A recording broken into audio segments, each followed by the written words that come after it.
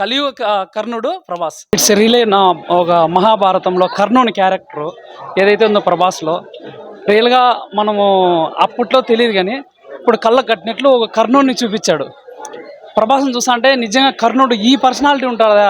కర్ణుడు అనేవాడు మహాభారతంలో కురుక్షేత్ర యుద్ధంలో అశ్వత్థామను మనం ఎవరు కల్లార చూడాలి ఇప్పటి వరకు ఇప్పుడు ఈ యుగానికే కాకుండా కలి ఏదైతే మనకు కల్కి అవతారం వరకు అశ్వత్థామకు ఒక శాపం అయితే ఏదైతే ఉందో అది సత్యము నిజం. స్టిల్ భూమిపైన అశ్వత్థామనుడు బతికే ఉన్నాడు. నెక్స్ట్ కలియుగం అనంతం వరకు ఆయనకున్న శాపం వల్ల అలాగ ఉన్నాడు. కళ్ళు కట్టినట్టు ఆ డైరెక్టర్ ఇదేమంటే మనకు టెక్నాలజీ పరంగా చూపించాడు కాబట్టి ఇప్పుడున్న జనరేషన్కి అర్థం కావాలనే హిందును ఆ విధంగా చూపించాడు. Really it is a great movie నా సీరియస్లీ. కర్ణ ఆ క్యారెక్టర్ అనేది మనుషులకి ఎట్లంటే గూస్ బంప్స్ వస్తున్నాయి ఎవరికి కూడా. సూపర్గా ఉంది. ప్రభాస్ యాక్టింగ్ చెప్తున్నా కదా, కళ్ళ కట్టినట్లు కర్ణుని చూపించారు. కర్ణుని క్యారెక్టర్ రియలైజ్డ్గా ఎట్లుంటుందో మన ఇప్పుడున్న ఏదో ఆధునిక లైఫ్కి ఈ విధంగా ఇప్పుడు చూపించడానికంటే ఇప్పుడు మనకు ఓల్డ్ ఏదని చెప్పారనుకో ఎవరికి అర్థం కాదు. లేదన్న, అస్సలు ఏం లేదు.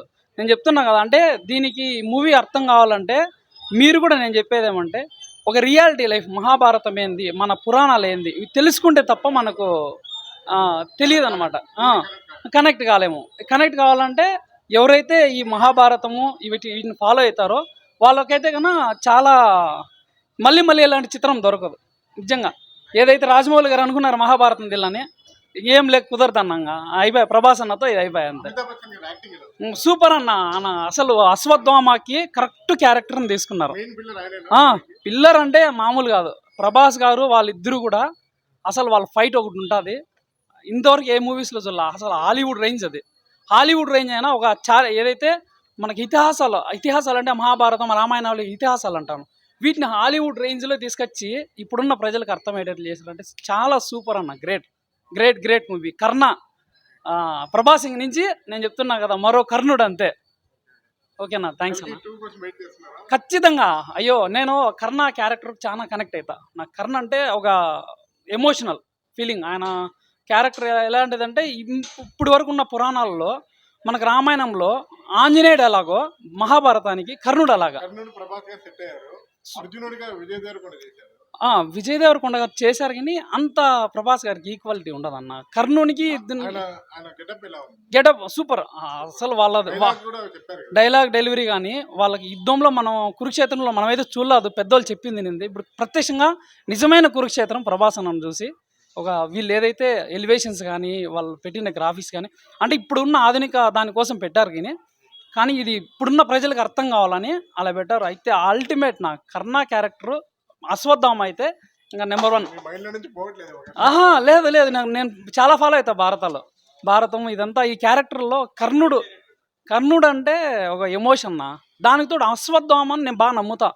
ఎందుకంటే మహాభారతంలో కురుక్షేత్ర యుద్ధంలో పాండవులు కాదు గెలిచింది, కౌరవులు చనిపోయినా కూడా లాస్ట్లో ఏదైతే దుర్యోధనుడు చెప్పి ఇదో నిన్ను సైన్యాధ్యక్షుని చేస్తానని అశ్వత్థామకి ఒక మాట చెప్తాడు, నువ్వు సైన్యాధ్యక్షుని నేను నీకు ఇస్తాను అధికారం, నువ్వేమని చేయంటే కురుక్షేత్రం మొత్తం క్లీన్ చేసేస్తాడు. వాళ్ళు బతికిండే ఏమందే ఎవరు పాండవులు. కౌరవులు చనిపోయినా కూడా పాండవులు బతికి ప్రయోజనం లేదు. అశ్వత్థామ అసలు ఆయన హైటు యాక్చువల్గానే అశ్వత్థామ హైట్ ఎక్కువ. ఈయన ఎవరంటే ద్రోణాచార్యుడు కొడుకు. నేను ఎక్స్పెక్ట్ చేయలేదన్న. అసలు ట్రైలర్ చూసినా ఇంత ఎక్స్పెక్ట్ చేయలేదు. మూవీ చూసిన తర్వాత రియాలిటీ దింపేశారు. రియాలిటీ మనం ఒక కురుక్షేత్రం మనం ఎప్పుడు చూడలేదు. ఇప్పుడు కలియుగ కురుక్షేత్రం అన్న ఇది. ఈ మూవీ మాత్రం చాలా సర్ప్రైజ్. నేను లాస్ట్లో ఏదైతే ఎండింగ్ ఉండదు కదా, ఒక డైలాగ్స్ ఉన్నాయి కదా కమల్ హాసన్ కానీ ఇదంతా కూడా అసలు హైలైట్ అన్న. అది మాత్రం ఎవరు ఎక్స్పెక్ట్ చేయాలి లాస్ట్ వరకు. అసలు కమల్ హాసన్ అనేది ఎవరికి తెలియదు, రాలేదు. మెయిన్ ఇంకోటి ఏమంటే ఎండింగ్ వరకు కమల్ హాసన్ పోలికలు అనేది ఎవరికి తెలియదు. ఏదో మనం ట్రైలర్ చూసింటాం కానీ అట్ ద ఎండ్ మనకు ఈయన కమల్ హాసన్. అసలు ఇంత గ్రేట్ యాక్టర్స్ తీసుకొచ్చి ఇంత గ్రేట్గా మూవీ చేయడం అనేది చాలా అసలు మనం ఎక్స్పెక్ట్ చేయాలి. ప్రతి ఒక్క ఆర్టిస్ట్‌కి ఛాన్స్ ఇచ్చారు. అంటే తెలుగు వాళ్ళకి ఇచ్చారు. ఇట్లా బాలీవుడ్‌లోనే అందరిని కనెక్ట్ అయిపోయింది మూవీ. ఇంక శోభన గారు తెలుగు ఆమె. అసలు ఆమెను ఒక రేంజ్ అన్నది. అవును. ఆమె చాలా కాలం తర్వాత వచ్చారు కదా! శోభనది చాలా అంటే చాలా బాగుంది. అందరు ఏ క్యారెక్టరు దీంట్లో మోసం చేయడానికి లేదు. డిసప్పాయింట్ కాదు. ఏ క్యారెక్టర్ డిసప్పాయింట్ డిసప్పాయింట్ అయితే కాలేదన్న. అసలు మెయిన్ అల్టిమేట్ అంటే అశ్వత్థామ, కర్ణ, అర్జున మెయిన్ ఫస్ట్ మూవీలోనే శ్రీకృష్ణుడి డైలాగ్‌న మనం అది ఫాలో కావాలి యాక్చువల్‌గా. గీతా సారాంశం ఏదైతే ఉందో చెప్పాడు కదా ఆ రోజు. ఆ గీతను మనం ఫాలో అయితాం. ప్రతి ఒక్కటి కరెక్ట్‌గా దింపేశారు దీంట్లో. అయితే చానా హ్యాపీ మూవీ మాత్రము. మరో కర్ణుడు, కలియుగ కర్ణుడు ప్రభాస్ అన్న. ఇది మీరు ఎప్పుడు గాని చెప్పండి, కలియుగ కర్ణుడు ప్రభాస్.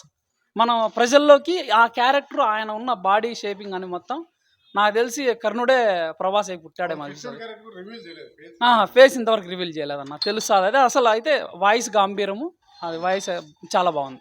కృష్ణ ఆయన కృష్ణుడు అంటే ఇంక అవతార పురుషుడు కదన్న.